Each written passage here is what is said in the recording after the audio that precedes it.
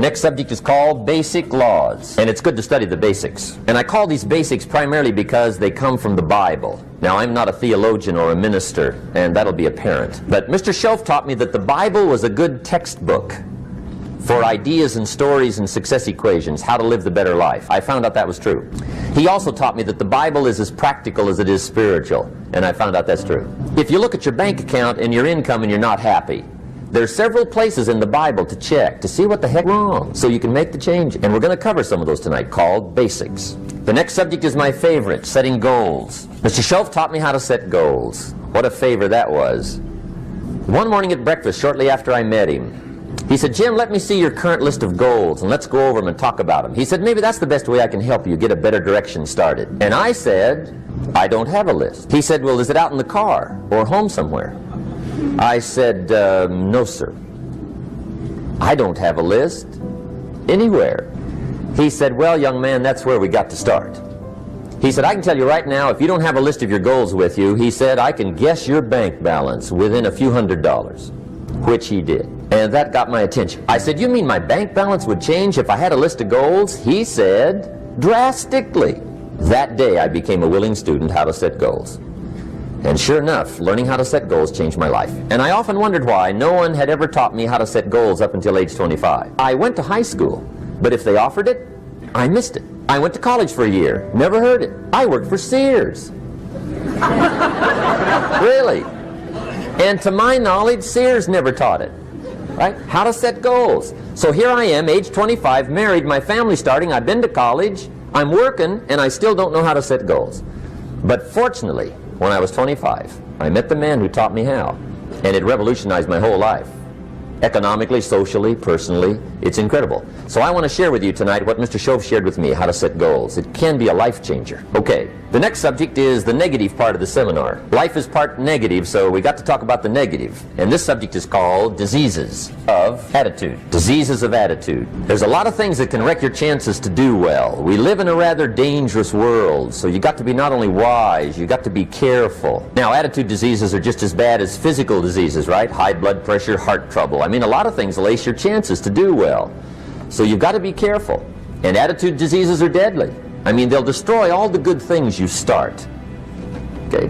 So we'll go through those attitude diseases, how to spot them, how to look for them, what they are, and the cure. And I'm a pro on these because I've had them all, so I can give you excellent advice on these. Now, the last subject we're going to consider tonight is called the day that turns your life around. The day that turns your life around.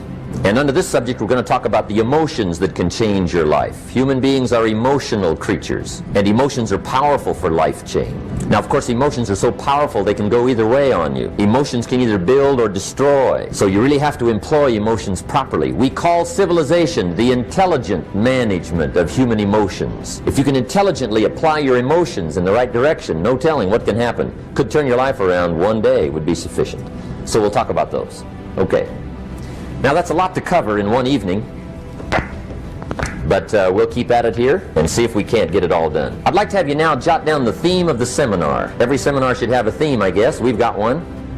It's on some of our literature if you happen to notice it, but if you didn't, for your notes, here it is. The theme of the seminar goes like this. The major key to your better future is you. That's the theme of our seminar tonight. The major key to your better future is you. And I'd like to have you underline two words just to give it some added punch. Underline the word major and the word you, so that it reads, the major key to your better future is you. Now, my first suggestion is transfer this to a card or something where you can put it up, where you can see it every day. Preferably put it up where you can see it at the beginning of the day, before you go off to put the day together. This is a good phrase just to glance at, to keep in mind as you're putting the day together. It's called the silent seminar.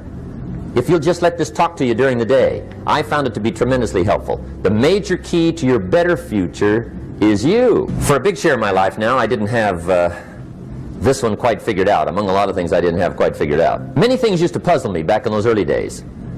I used to wonder why two people could work for the same company, one make twice as much money. Now, see, that used to puzzle me.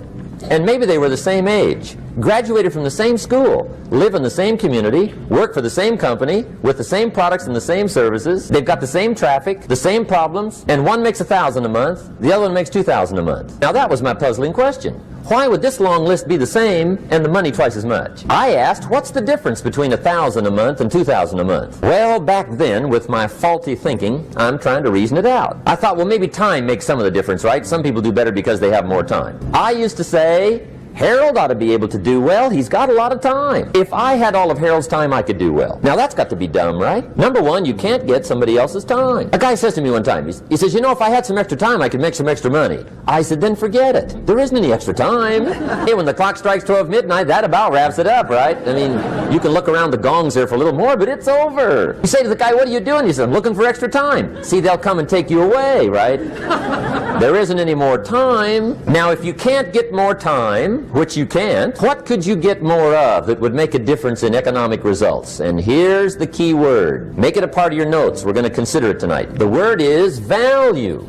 And I have a little phrase for your notes. Value makes the difference in results. Value makes the difference. You can't get more time, but you can create more value. Now, here's the first lesson of economics. Everybody should learn it from the time they're old enough to understand what a dollar means, how to earn one, how to get one, how to keep one, what to do with it. First lesson of economics. We primarily get paid for value. That's lesson one. Bringing value to the marketplace. That's how you get paid. You don't get paid for the time. I know it takes time to bring value to the marketplace, but you get paid for the value, not the time. Now, since that's true, here's one of the key questions of the evening. Is it possible to become twice as valuable at the marketplace and make twice as much money in the same time? Could you become 3 times as valuable? Make 3 times as much money in the same time? Is that possible?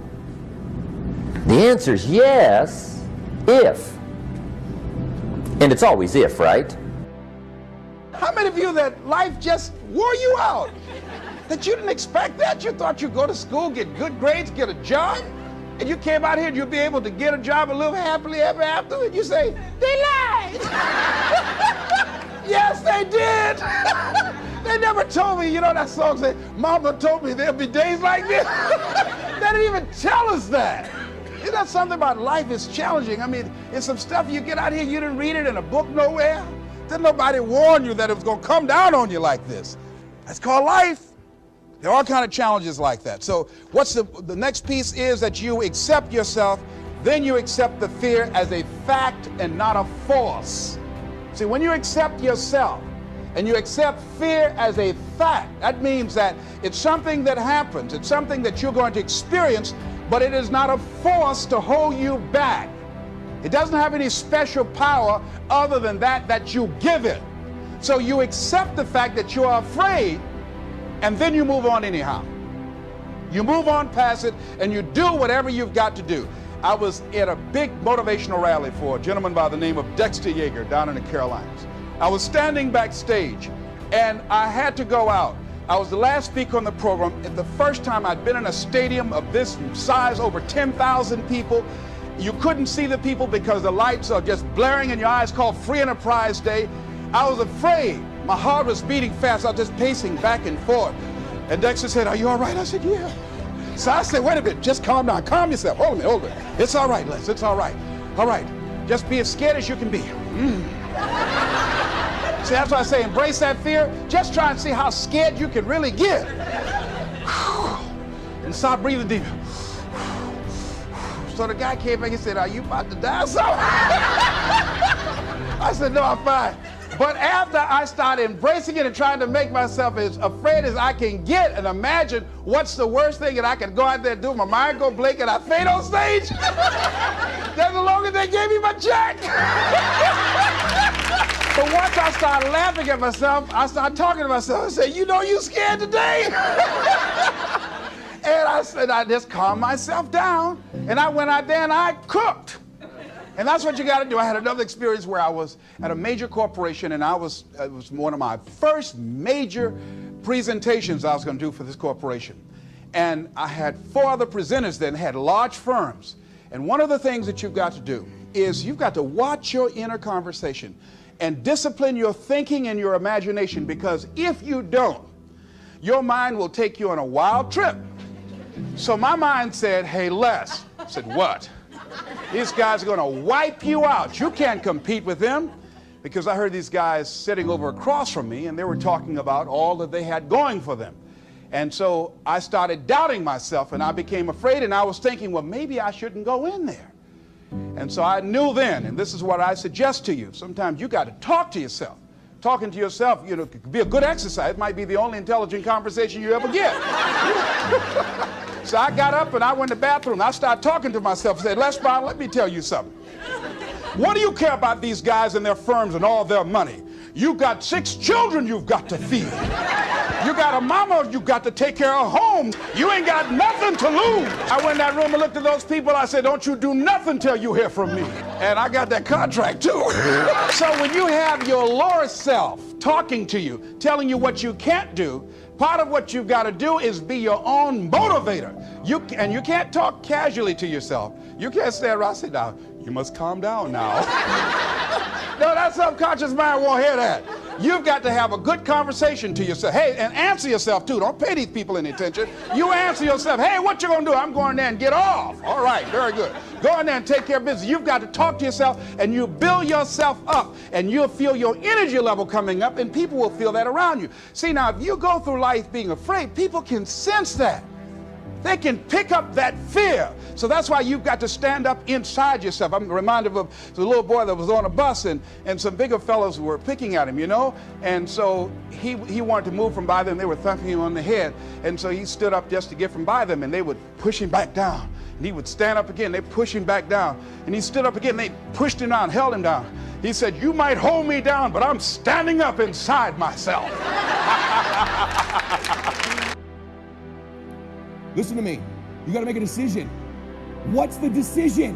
What's the thing you came here for? Now we're at the moment. The clock is ticking. People say all the time, hey, life is short. Let me tell you something. Life can be long. You bury your dreams, you quit this, life gets long. See, time's relative. 2 minutes of you being with your sweetie, doing whatever you like to do with them, that can go by quick, right? What's about the last 2 minutes on a treadmill? Does that not seem like it goes by for like 4 hours, right? So if you're enjoying it, it's short. If it's painful, it's long. Life can be long. You want a life that feels like it's flying by. You want a life like I have right now where I go, can I just press pause? Can I just press pause? It's so good, it's so great, it's so rewarding, it's so awesome. But I don't really want to press pause because I know it can get better. So what's the decision? What have you been sitting on? What is it? Is it people are texting me, hey Ed, I submitted my resignation last night. I'm coming full time. I walked away from a 6-figure job. Is that the decision? Is it the decision to finally get serious? Is it the decision to get licensed? Is it the decision to stop worrying about what people think? Is it the decision to become a great closer? Is it the decision to something in a relationship you have you need to get out or into and shake it? Is it a decision to get off of some drug or alcohol you're on? What's the decision right now? What is it? Be honest with yourself. What's the decision? You know what it is? It's sitting right in front of you. You knew it when you came in here, and now me and your family are bringing it back up. What's the decision? What have you been hesitating on? What are you afraid of? Face it right now. What do you need to decide? Is it getting aggressive? Is it believing in yourself? Is it reaching out to somebody? Is it a recruit you've missed? Is it coming full time? I don't know what it is for you. What's the decision? Maybe there's someone in your life that needs to get out of your life. Maybe there's someone you need in it, and you need to tell them you love them and get them back in it. I don't know. But I know this. It's only a thought if you don't take an action. The difference between a thought and a decision is an action. So we know, and you just decided, and you know what it is. You know what it is. You will have really decided if within this next hour you took some step towards it. Something. A note you write, a text you send, a decision you've made, something you do that you follow up with the action to make it real. We will know that if within this hour or in this moment, maybe you just wrote it down, boom, that's a step. Maybe you've scheduled it. Maybe you've put a date on it. Maybe you're feeling it right now. Maybe you can feel them talking to you right now about it because they know too, because they love you. I want you to think about something real quick. See, there's a book being written about your life, isn't there? Someone somewhere is taking inventory of your life. Don't compare your chapter 1 to someone's chapter 10. You write your own book. And at any moment in your life, you can decide that you want to make this the new chapter. You're literally in your life, you can turn the page. And those previous chapters are your old book. It's like Old Testament, New Testament. Old story, new story. They're connected, they're related, but you can flip the page and you can have a whole new story. If you decided right now, I am literally turning, my breakthrough is I turn the page, and in this second, I start to write the best chapters of my life. You could decide to do that. It would be our honor, our privilege. Your life is precious to me. I prayed for you before I came out here. We love you. You can see the emotion on our faces. You matter. Many of us stopped doing this for money a long time ago. You matter. Your family, your life is our privilege to be involved with it. It's our honor to be any way connected with you, not to do business with you, to do life with you. We want to help you write those chapters. We can help you see what it'll look like. We can give you a peek, but we can't do all the writing for you. You got to decide it. See, I hope you feel like the best chapters of your life are in front of you. I hope you got this sense sitting here right now that, my God, I think I'm changing. I think I'm going to make a shift. I think I'm going to a different life. I think I'm going to write a new chapter. I'm turning the page of my life. It's going to be the best time of my life. How many of you feel that way? Yes? Then guess what? You've had a breakthrough.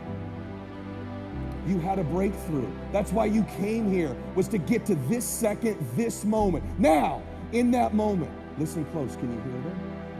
What are they telling you? What are they telling you? What are those people telling you? They loved you. They believe in you. They're proud of you. They want you to honor them. They'll be with you all the way. They want you to write those best chapters of your life. See, they know how magnificent your life's supposed to be. They've always seen you since you were a little boy or a little girl. In the Lord's case, before you even came here, He's always seen you in the highest, most possible great version of you. And they want you to do it. I promise you, if you listen, they're whispering words to you of encouragement. You can feel it. You can feel the belief. You can feel the faith. You can feel you turning the page. You can feel the breakthrough.